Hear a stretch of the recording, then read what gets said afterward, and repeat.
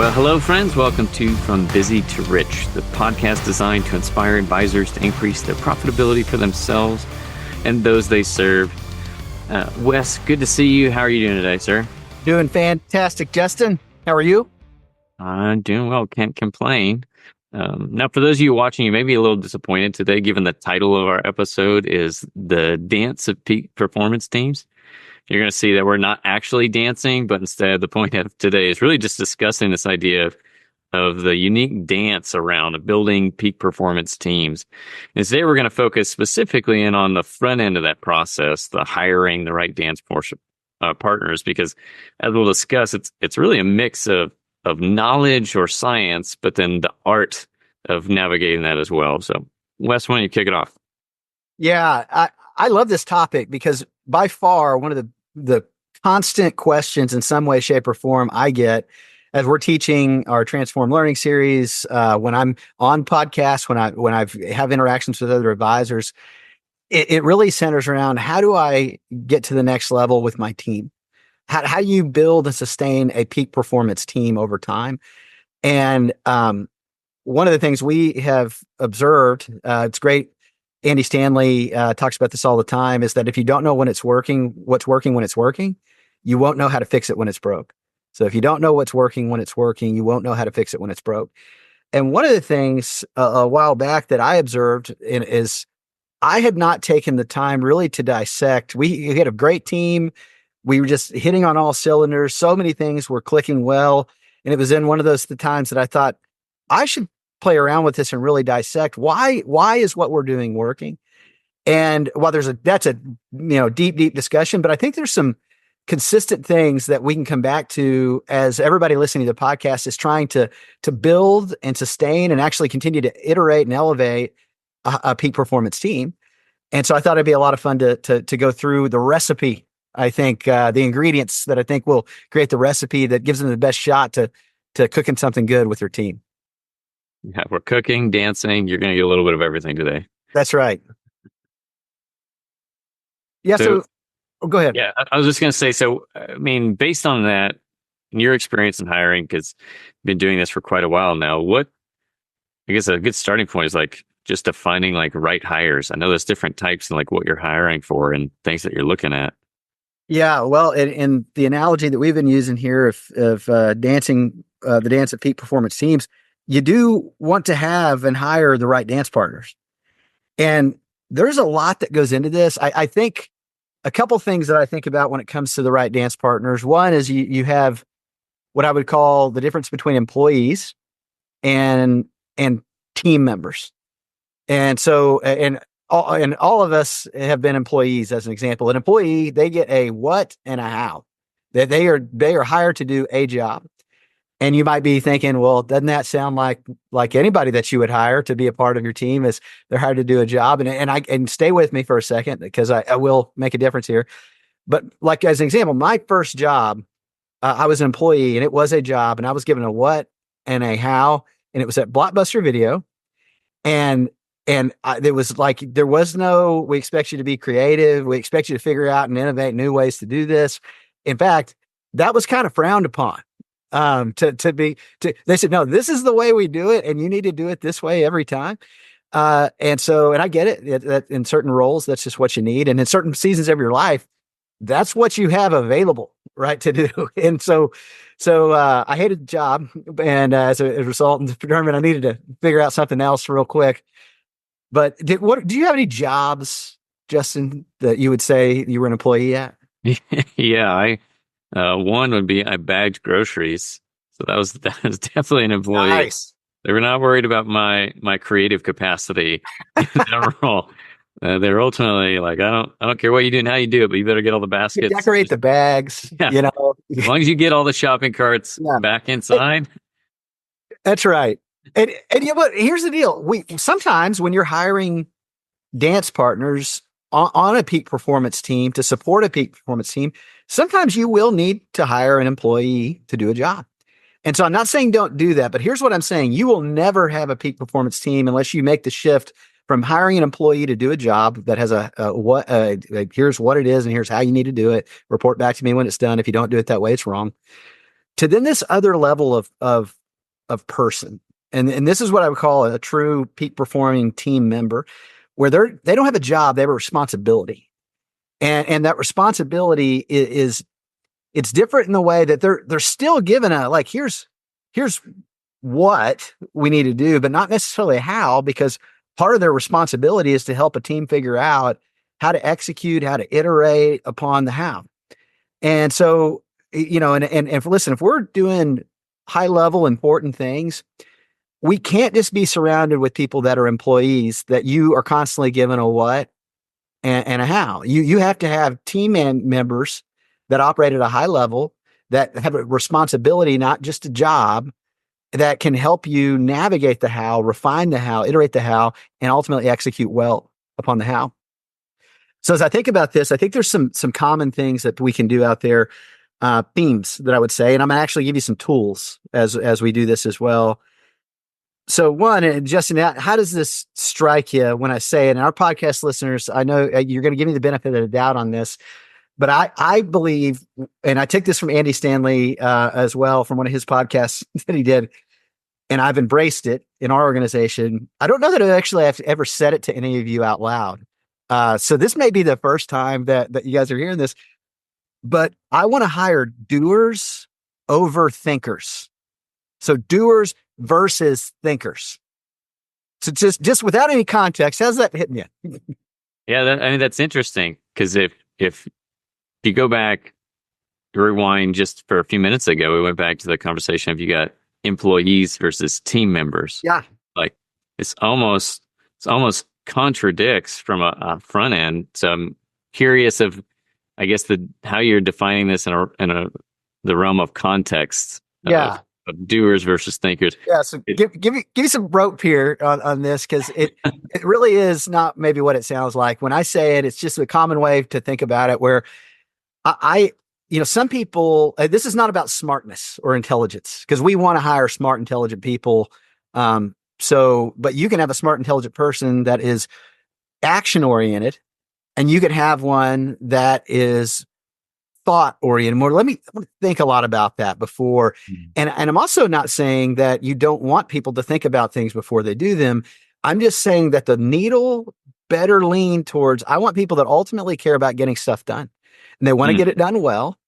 Because here's in my experience, I've hired a lot of different people over the years and gotten better and better at it over time, is I'm going to hire a smart person that's going to be good in this job, but I want them to be very concerned about actually executing upon the job and have a clock inside of them that says this. I have, like, I'll give you an example. We'll talk about these tools in a second.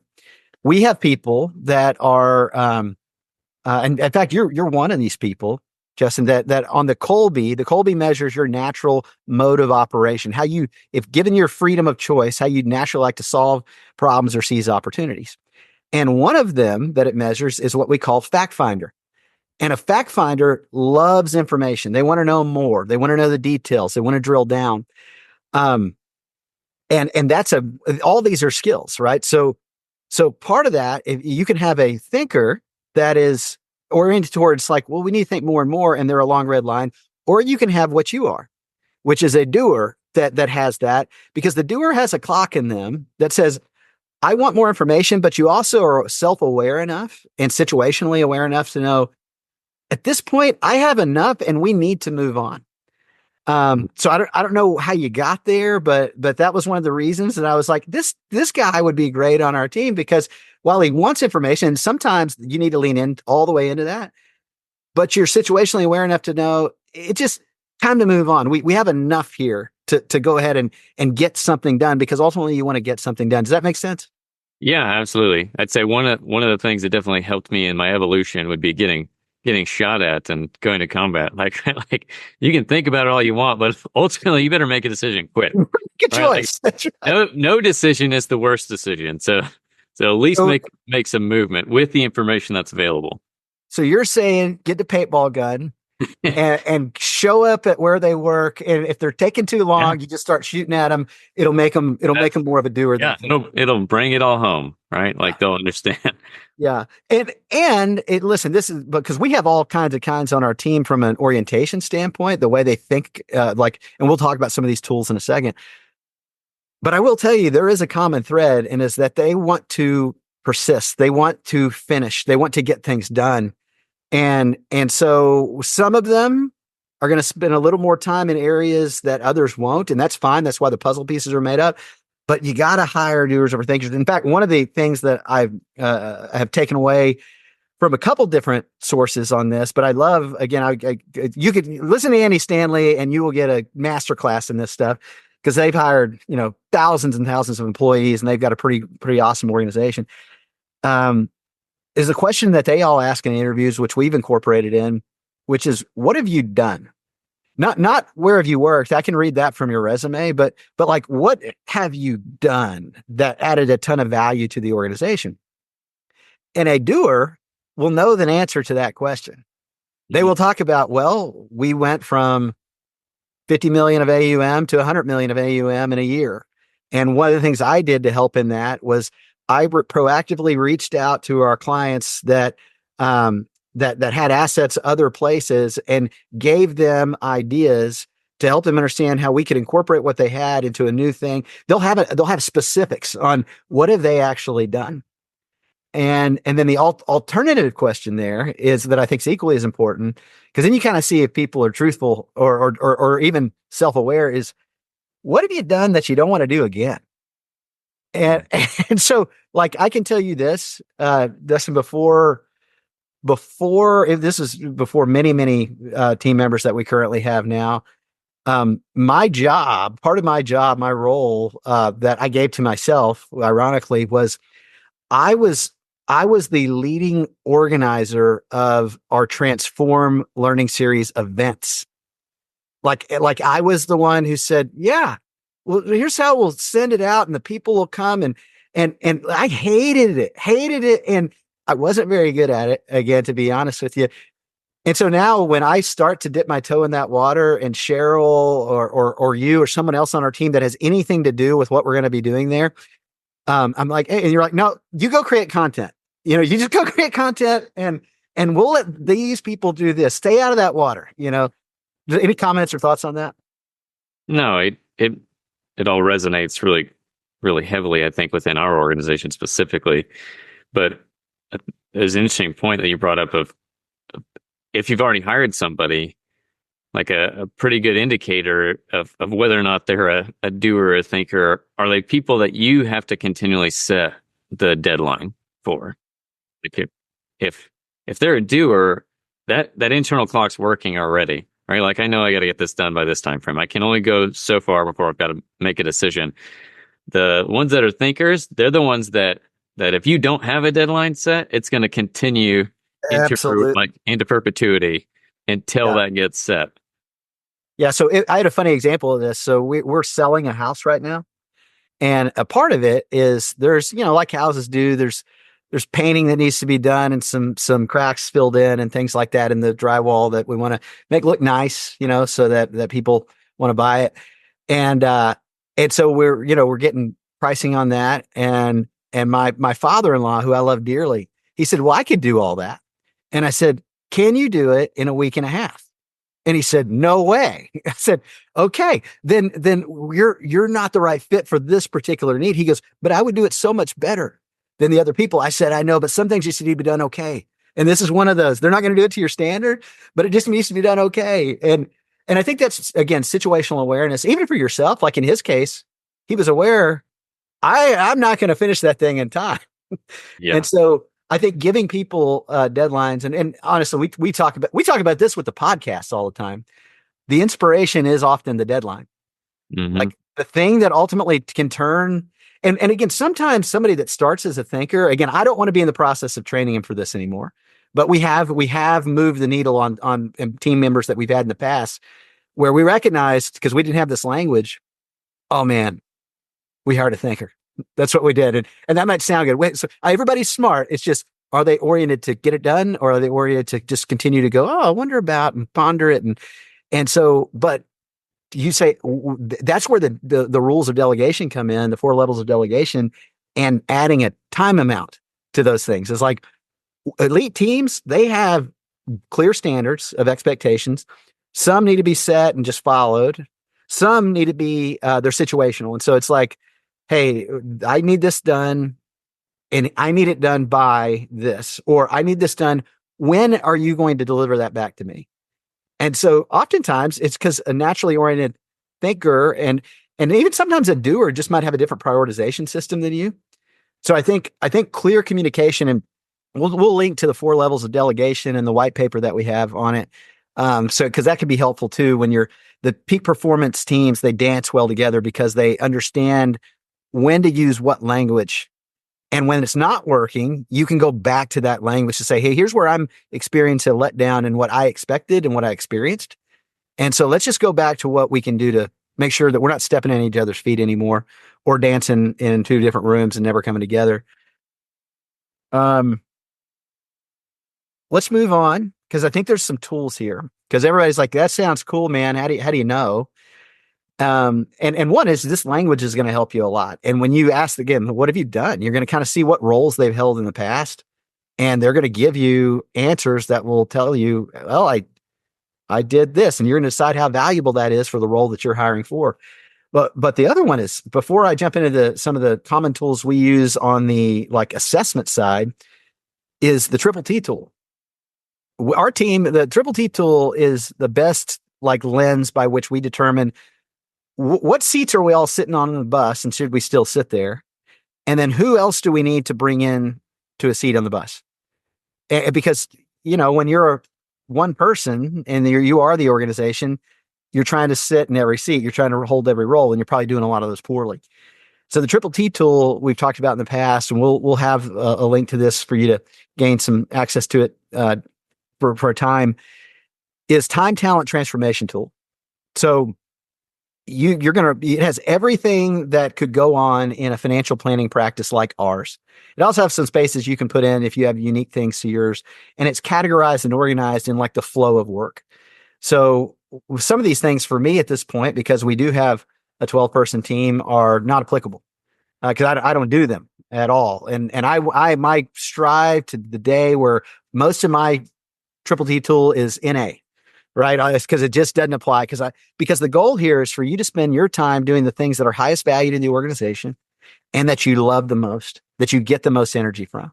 So when you're going down your triple T tool, what you do is you rank it in 2 ways. One is you're going to say, all right, so what level of joy does this bring me? Is it a 10, a 5, or a 1? Like, does it light me up? So a 10 is going to be that thing you do it and you get energy from it. You enjoy it, right? Now, everybody is going to have something typically on their plate that's not a 10, okay? We're going to have 5s that are like, I don't hate it. I can do it if we need to.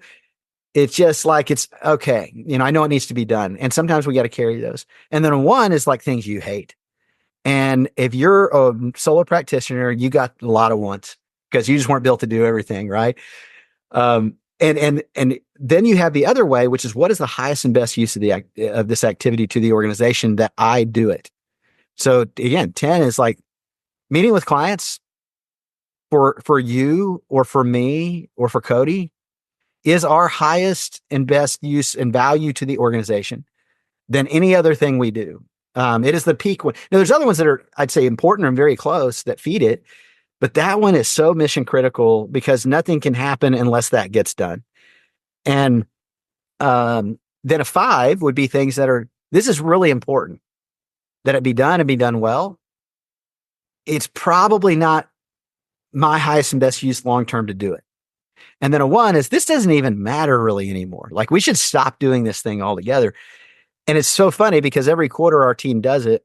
And every quarter, what we get out of that is like, okay, do we need to move some people around on the bus that would be better served and our team would be better served if they sat in a different seat doing a different list of activities, and we like take away some things that are not necessarily on that list?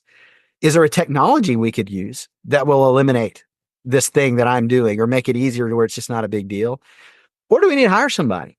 Do we need to add somebody or contract if you're not ready to hire somebody, which you can do too? Cody, you and I were talking about, Justin, you and I were talking about this, about like some of the things we do every week with this podcast.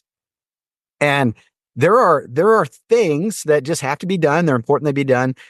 But the more and more we do this, the less and less we want to have to do any of the things outside of what we're doing right now, which is content creation and having the conversation. And then everything else we outsource, and we're getting better at that all the time. Thoughts on any of that so far? No, I think it's interesting. One, it's unique, just the idea and the concept. I've never worked at another organization other than maybe when I was in the military, where they adapted that kind of mentality to where it doesn't matter necessarily what you were hired for, right? Because the job description had a list of job duties and responsibilities. But then once people get internal, like to the actual company, the organization is taking the time and saying, like, does some of that need to shift? Because this person's skill and unique abilities are, like, while they're still fulfilling this role and can do that, but some of the sub tasks from it could be better positioned over here. Yeah. And it just takes a unique mindset, I think, and a willingness. And you have to have something like the T222, where you're actually looking at breaking those things down, saying like who does enjoy what, and like what level should they be engaged on it from a return for the actual company and things like that. So I just find that fascinating, because again, on a team, the whole point was it didn't matter what your job was, you got to find work to do once you're involved in a situation, right? Like Right. if you're just because your job is technically done, the work's not over. Like there's still things going on. You better find something to help fulfill, because that's going to increase your survivability, not just your profitability and quality of life. Right. Right. Which would increase your quality of life and profitability, right? Because you're still alive. Absolutely. So that's good. Yeah. That's great. So here's some. So I would recommend that, because that's going to give you a lens or a filter to be able to say, all right, who is the next hire? What is the next technology? What is the area that I might need to get out of my own way? And I would recommend even sometimes cross-referencing that with like a coach or even another advisor, because sometimes you're so stuck in the trench you're running in, it's real difficult for you to think about getting out of that trench. So, or that rut, if you will. Couple tools. We mentioned the Colby, and I'm not going to go exhaustive in that one, but we make, everybody on the team has taken a Colby. We make anybody new that we're potentially thinking about hiring, we want to know their Colby, because I don't want to hire somebody that I'm hiring and it's like setting them up for failure. I want this to work. So I want to understand, hey, how are you wired? And then I want them to understand that as well, because you've got your fact finder, you've got follow through, you've got what they call quick start, and then implementer. And basically what it does, and you can go, we got other podcasts on this. We'll do some refreshers too. It really helps you understand how your natural way of, if you left to yourself, seizing opportunity or managing problems that would approach. And sometimes you need to lean into your nature, and sometimes you need to delegate or just lean back and know, today this is not going to serve me well, and I need to know that. So the awareness of that is really critical. Also helps you understand if you're hiring for a specific role and you need a certain kind of energy that somebody's going to bring for it. That's just a great way to see this is, we're going to hate this thing. Other thing combined with that, which is like a different slice of the onion, and it's a lot of fun, is the with the Working Genius, which is Patrick Lencioni's work and the Table Group, which you've heard me talk about this, but I'll do it briefly. Everybody has two geniuses. Everybody has two competencies, and everybody has two frustrations. So your genius, when you're working in your genius, you are like pouring hot coffee into a Yeti and putting a lid on. You're going to stay hot a long time. You got a lot of energy for it. Kind of even feeds you a little bit, feeds your unique ability. The competency is a little bit like you took the lid off the Yeti and you poured it into a foam cup, like, that you get from a concession stand. So still have some energy for it. Don't hate it, but just not as intriguing, and doesn't give you as much energy. And then the frustration is like you poured that into a solo cup and maybe even poked a pinhole on the side. You're going to run out of gas for this thing quick. And so the acronym for it is widget. So, and it is the way that workflow gets done. It's so fun to talk about. It's probably a good idea to do a whole separate podcast on it again. But it's everybody, like you could have the genius of wonder, which is like you love pondering new and novel questions that you observe in the world or in the workplace. And again, this is not to say that person that has that is just a thinker. Okay, you can have wonder and be a doer, and we have them on our team. Also, then there's invention. Invention is you love coming up with answers or novel new ideas to solving problems. So the wanderer can wonder and dream and go, did you ever think about this? You're like, I have. Here's 8 solutions. Now, not all those are going to be good, but that you just love coming up with the ideas. Then you have discernment. Discernment's where you can say, hey, out of those ideas, those who aren't really good, that one is excellent. And we should probably, or you throw it back and you say, can you, here's some ideas around it. Can you change it? Can you iterate it? And an inventor loves that. And, then you move on to the G, which is galvanization, galvanizer. Those people, when they have an idea that they believe in that's been presented to them, they will get people moving around it. They're going to be the one who's vision carrier, getting people excited to do it, reminding them of where we're going, kind of pumping that done, getting the job done. And then the last 2 are enablement and tenacity. Enablement is you just want to help. So if there's a project you believe in, a team you believe in, and all elite teams, that's belief in each other is a core component, which we'll talk about next week. You want to help. You want to get involved. You want to get behind it. And then tenacity is you might like helping, but you want to finish. Can I finish the job? Can I check this off my list? And you just got a driving persistence to want to get the job done. So those are some tools where we kind of see the layers of the onion and where we naturally talk about all the time. Hey, here's where you're getting your own way. Here's where things you may enjoy more. Let's talk about how we continue to get the better job description and make sure that we are creating the right people, hiring the right people, and putting them in the right seats on our bus that we're dancing in together. Well, hopefully you all enjoyed that. We appreciate you listening. We're definitely going to be continuing this series and diving into some next steps in the next part of this episode, which will be, what dance are we doing? And then looking at rhythms of what that dance looks like ongoing. So again, hope you enjoyed it. Join us next time as we continue the conversation. And as always, have a great one. Appreciate you.